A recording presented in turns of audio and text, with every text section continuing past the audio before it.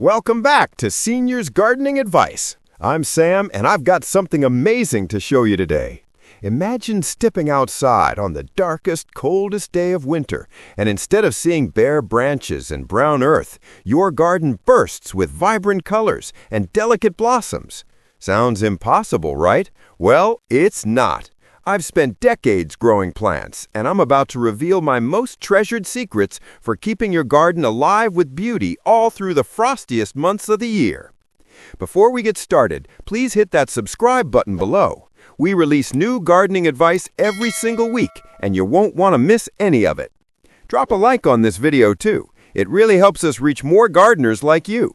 And make sure you stick around to the very end, because I'm saving the best plant for last.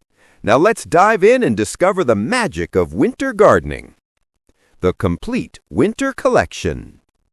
I want to share with you the exact plants I depend on to transform my garden when temperatures drop.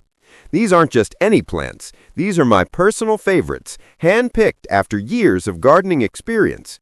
Each one brings something special to the winter landscape. Flowering plant number 1, winter blooming heather varieties. Let me start with something truly spectacular, winter blooming heather. Now, many people think heathers only flower in late summer, but they're missing out. There's an entire group of heather plants that flower consistently throughout the entire winter season. What makes them so wonderful is their delicate beauty and reliability. I want to tell you about a particular variety called Beauty Queen. Just imagine looking out your window and seeing hundreds of tiny, glorious pink bells clustered together. These flowers are like little jewels against the frost. The way they catch the morning light is absolutely breathtaking.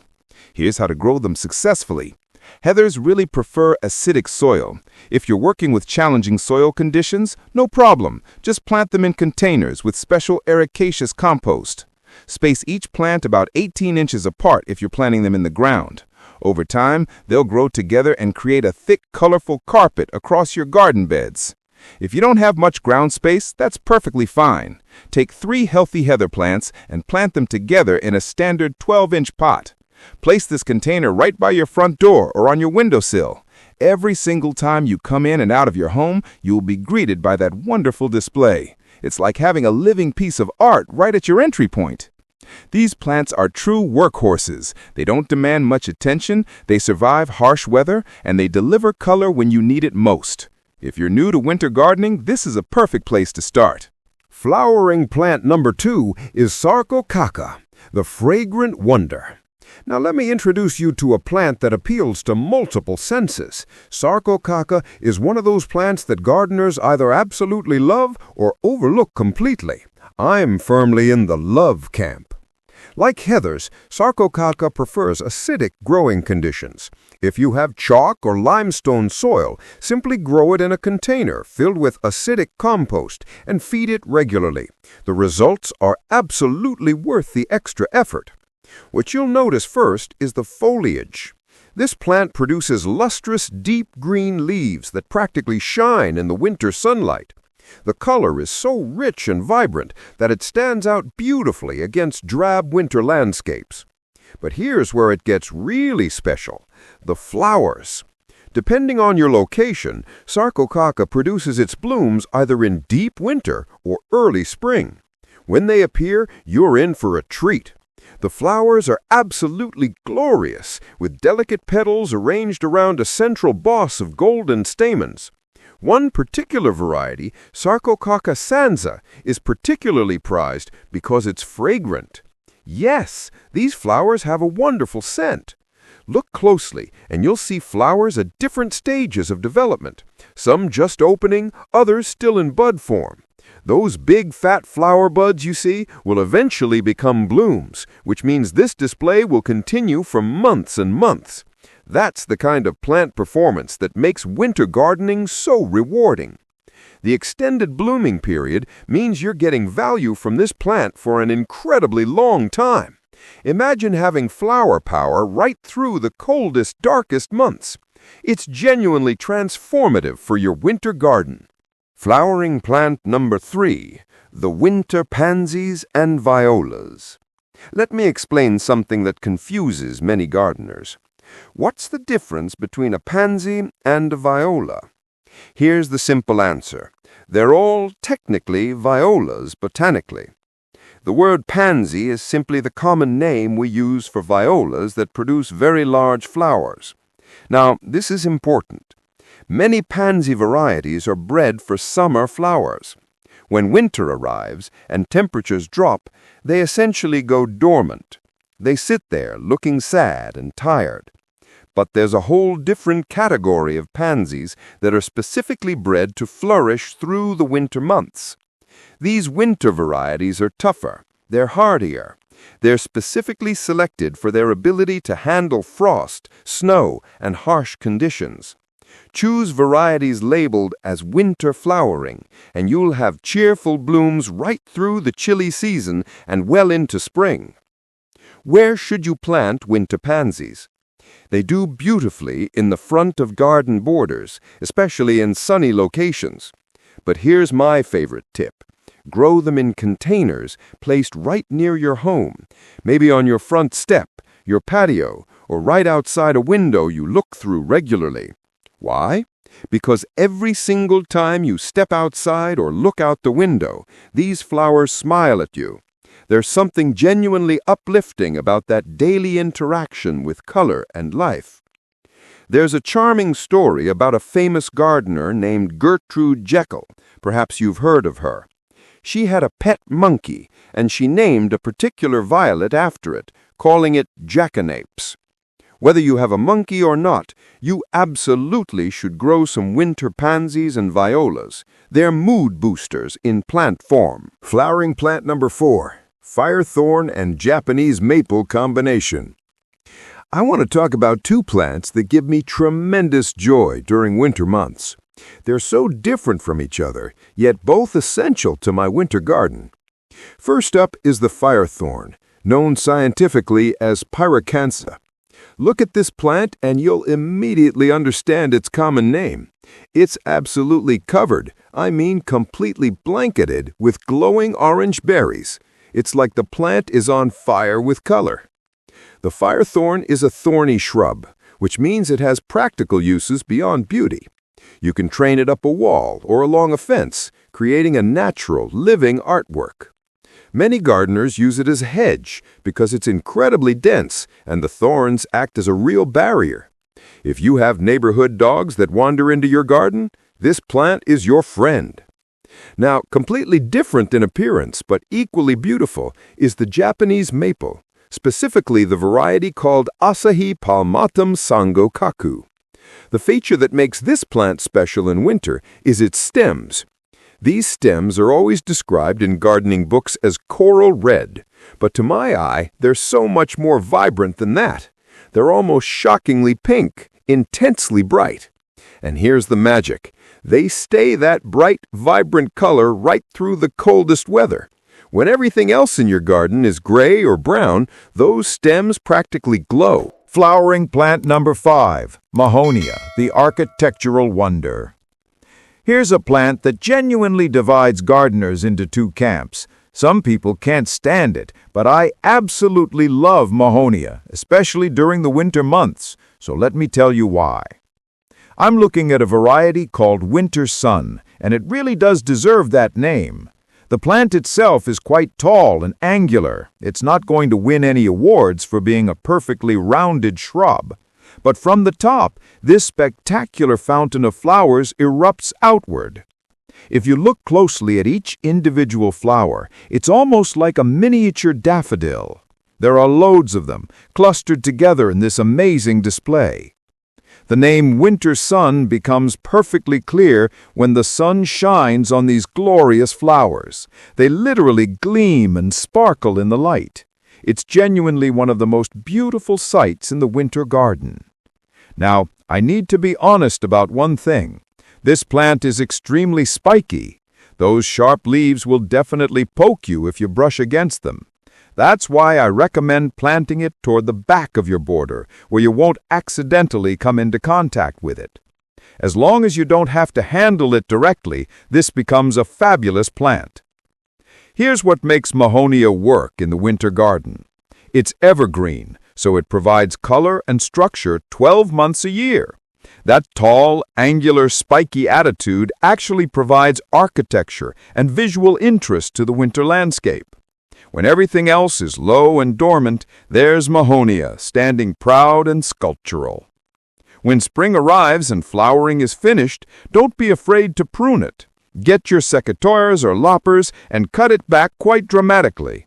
Cut just above one of the lower leaves. What happens next is amazing. It sprouts new growth, branches out, and transforms into a much more attractive, shapely shrub. Here's a bonus feature I almost forgot to mention. This plant is fragrant. If you get close enough to smell it, especially on a warm, sunny day, you'll detect a lovely scent. It's like the plant is revealing another layer of beauty once you've already been impressed by everything else. Flowering plant number 6, Viburnum tinus. Before I reveal my absolute number 1 pick, I want to share 3 other plants I genuinely couldn't leave out. First, let me introduce you to Viburnum tinus, a true champion for winter gardening. This plant is excellent when used as a hedge. It creates a lovely barrier and produces winter flowers at the same time. It can grow quite tall over the years, but that's not a problem.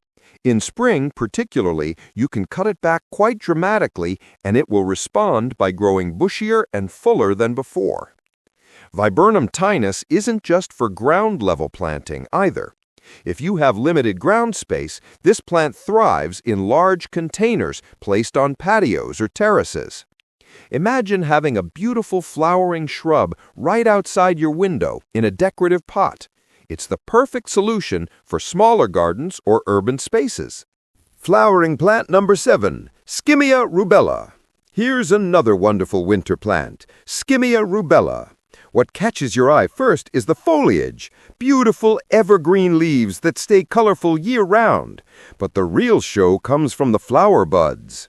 Look closely at these tiny buds and you'll see they're a wonderful warm rosy red color. They're actually quite exciting to look at even before they open. When the flowers finally do open, they're white, but honestly, many people prefer how they look when they're still in bud form. The red buds are just so striking and cheerful against the winter landscape. Flowering plant number 8, hardy cyclamen. The final plant I had to mention is cyclamen. Now, you've probably seen the large flowered varieties in London window boxes, where the city heat keeps temperatures comfortable. But here's the thing, those tender varieties can't handle real frost. If you want to grow cyclamen successfully in the garden, stick with the tiny, hardy varieties. These little treasures are perfect for growing in lovely sheltered spots under established trees and shrubs.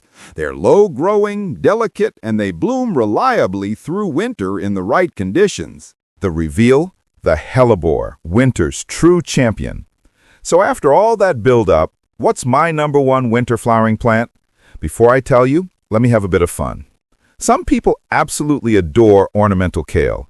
You know what I'm talking about. Those weird, frilly, cabbage-like plants that come in shocking colors. They're quite the specimen, aren't they? I mean, they're a bit of a weirdo, if I'm being honest.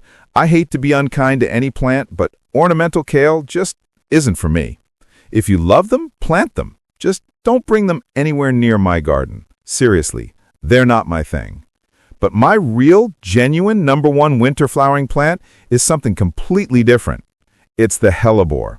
This is it. This right here. Look at this variety called ice roses. Can you see why it has that name? It's got this icy quality in the middle, combined with this lovely rose-colored flush across the petals. It's absolutely beautiful. This particular Hellebore is Hellebore glandorfensis. Now, don't worry too much about learning the Latin names. What matters is choosing hellebores for their beautiful flowers. The botanical names aren't that important for most home gardeners. Here's what makes hellebores so fantastic. You can find them in so many colors and patterns. Pure white hellebores exist. Pale yellow varieties are gorgeous. There are stunning green hellebores that seem almost impossible in their color. Some varieties have deep crimson tones. Others are deep purple, almost black. Many varieties feature beautiful spots or patterns across the petals. The variation is truly remarkable. Hellebores are also incredibly reliable plants. They're gloriously healthy. They thrive in practically any half-decent soil. I'm growing mine on chalk, which traditionally isn't ideal for many plants, but hellebores handle it fine. The key is working plenty of organic matter into your soil when you first plant them. That initial preparation sets them up for decades of success. These plants genuinely love dappled shade. Plant them under and around trees and shrubs, especially deciduous trees that will provide summer shade but allow winter light through. This is actually the ideal location for hellebores.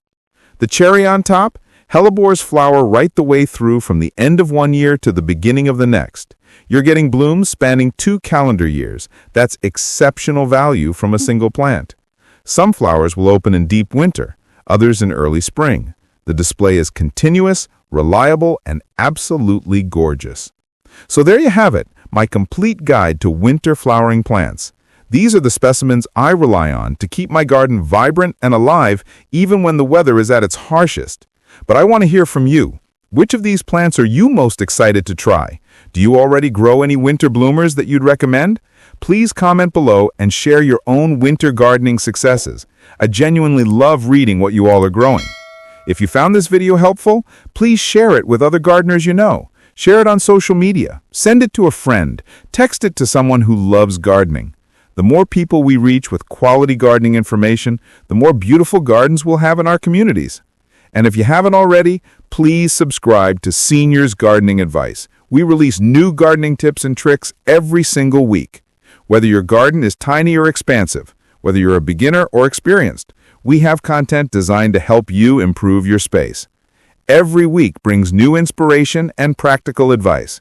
Hit that subscribe button now and you'll get notifications whenever we upload new videos. Turn on the bell notification so you never miss an episode. Give this video a thumbs up if you found the information useful. It tells YouTube that this is quality content and it helps our videos reach more gardeners who need this advice. So get out to your local garden center today. Pick up some winter flowering plants. Plant them now, and I promise you, you'll have splashes of gorgeous color right the way through the entire coldest season of the year. Your winter garden is waiting to come alive. Thank you so much for watching Seniors Gardening Advice. I'm Sam, and I'll see you in the next video. Happy gardening!